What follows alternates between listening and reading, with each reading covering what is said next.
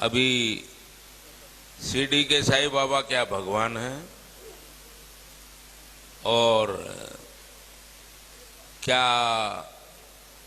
उनकी पूजा पाठ हिंदू मंदिरों में जायज है? कृपया इस पर प्रकाश डालें। विराजिए। एक तो ये जवाब खुद ही दे दिए। बहुत हिंदू देवता बढ़ते जा रहे हैं, मैं अंत हूं, अंतिम मैं ही हूं। ठीक। शिरडी का साईं बाबा, उन्होंने पूछा क्या वो भगवान है? आप अगर ये पूछते ना कि क्या वो आदमी भी था पूरा, तो मुझे हंसी नहीं आती, लेकिन डायरेक्ट ही भगवान। थोड़ा सा इस चीज को समझे। आपने किसी जैन मंदिर में साईं बाबा की मूर्ति देखी? किसी बौद्ध मठ में, किसी सिख गुरुद्वारे में, उसकी छोड़िए किसी चर्च में साईं बाबा की मूर्ति देखी? अरे उसको छोड़िए किसी मस्जिद में उसका कैलेंडर भी देखा? केवल हिंदुओं के मंदिर में साईं बाबा की मूर्तियां कह कह करके बिठाई जाती है, पैसा दे दे करके। अब ये बीमारी क्या? अब जरा थोड़ा समझे। साईं बाबा कौन था? सरासर झूठा प्रचार। और मैं जो आपको बात बता रहा हूं बिल्कुल प्रमाणिक, जो साईं बाबा ने खुद ने लिखवाई। उनका चेला था गोविंद रघुनाथ राव दाभोलकर, जिसको वो हेमा पंडित बोलते थे। वो सेवा में रहता था, पढ़ा लिखा था। उसको कह करके बाबा ने अपनी जीवनी लिखवाई, पूरी पुस्तक लिखवाई, जिसका नाम है साईं सच्चरित्र, जिसको शिरडी साईं संस्थान ने प्रकाशित किया। उसमें बिल्कुल जो बातें मैं आपको बता देता हूं, अपनी ओर से मैं कुछ नहीं बताऊंगा, बिल्कुल प्रमाणिक। साईं बाबा भगवान था कि नहीं आपको समझ में आ जाएगा। ये आदमी अफगानिस्तान का पिंडारी मुसलमान था। इसके बाप का नाम था मियां बरहुद्दीन। ये अफगानिस्तान से आए थे। 1838 में साईं बाबा का जन्म हुआ। कहां हुआ? अहमदनगर की एक वेश्या, उसके पास में इसका बाप मियां बरहुद्दीन जो था, वो डकैतों का ग्रुप चलाता था हिंदुस्तान में, लुटेरों का। तो वो अहमदनगर की एक वेश्या के पास रहने लग गया। उससे 2 संतानें हुई, एक लड़की और एक लड़का। लड़के का नाम रखा चांद मियां, और यही व्यक्ति, इसको साईं बाबा अब बोलते हो। जब ये थोड़ा सा बड़ा हुआ तो झोली फैलाने का काम, फेरी लगाने का काम इसको सौंपा। 6 साल की उम्र से 12 साल की उम्र तक इसने झोली घुमाई और रेकी करता था कि कौन से घर को लूटना है। कभी आप देखते हो चद्दर घुमाते हुए? ये काम इनके पास था। 12 साल की उम्र में साईं बाबा पकड़ा गया अंग्रेजों की जेल में। 8 साल तक डकैतों के ग्रुप के साथ ये पकड़ा गया था और 8 साल तक अंग्रेजों की कैद में रहा।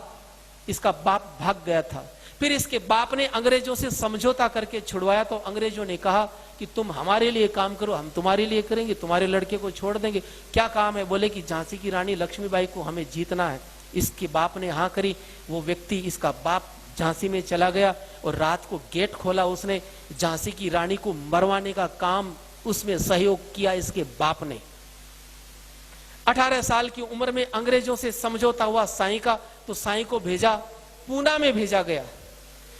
लोकमान्य तिलक के स्वतंत्रता संग्राम को दबाने के लिए इसको प्रोजेक्ट करके अंग्रेजों ने भेजा पूना में। और लोकमान्य बाल गंगाधर तिलक इतने चतुर थे, वो समझ गए कि ये पाखंड रचा रहा है, ये दुनिया को भटकाएगा। लोकमान्य तिलक ने चौराहे पर पटक करके अपनी जूती से पीटा इस आदमी को। वो जूती पहनते थे आगे से, तीखी तीखी सी, उस नीचे पटक करके पीटा और कहा फिर कभी यहां दिख गया तो जान से मार दूंगा। तो ये आदमी वहां से भागा। बिल्कुल पाखंड का रूप इसने धारण किया लोगों को ठगने के लिए। मैं भूत प्रेत जानता हूं, मैं तंत्र मंत्र जानता हूं, मैं ये करूं, मैं बेटा दूंगा, मैं आरोग्य दूंगा, मैं पैसा दूंगा, पाखंड। फिर ये व्यक्ति शिरडी में आया 20 साल की उम्र में। शिरडी में ही क्यों, बंबई में क्यों नहीं? क्योंकि शिरडी में, उस क्षेत्र में संत ज्ञानेश्वर हुए थे।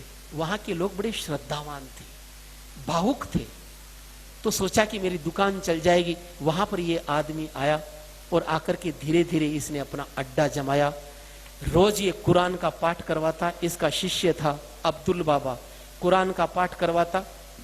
अपने हाथों से बकरा काट करके, अपने हाथों से बकरा काट करके चावल में मिला करके प्रसाद बांटता, कोई नहीं लेता तो गंदी गंदी गालियां देता। एक बार तो ऐसा हुआ, काका साहेब दीक्षित एकादशी के दिन उनसे बोला कि बकरा लाओ। उन्होंने कहा मैं तो ब्राह्मण हूं, तो गालियां दी, जबरदस्ती मंगवाया और बना करके उसका ब्राह्मण धर्म भ्रष्ट किया। उसको भी बोले खा।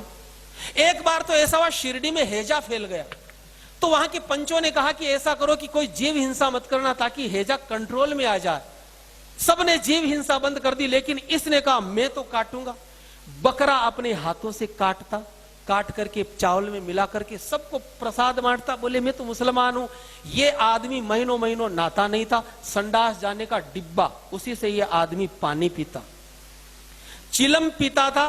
सन 1887 में इसको दमे की बीमारी हुई। चिलम की वजह से अपनी दमे की बीमारी ये जिंदगी में कभी ठीक नहीं कर पाया, और 1918 में 3 दिन दमे का इसको अटैक आया, और 1918 में दशहरे का दिन था, उस दिन ये आदमी मर गया।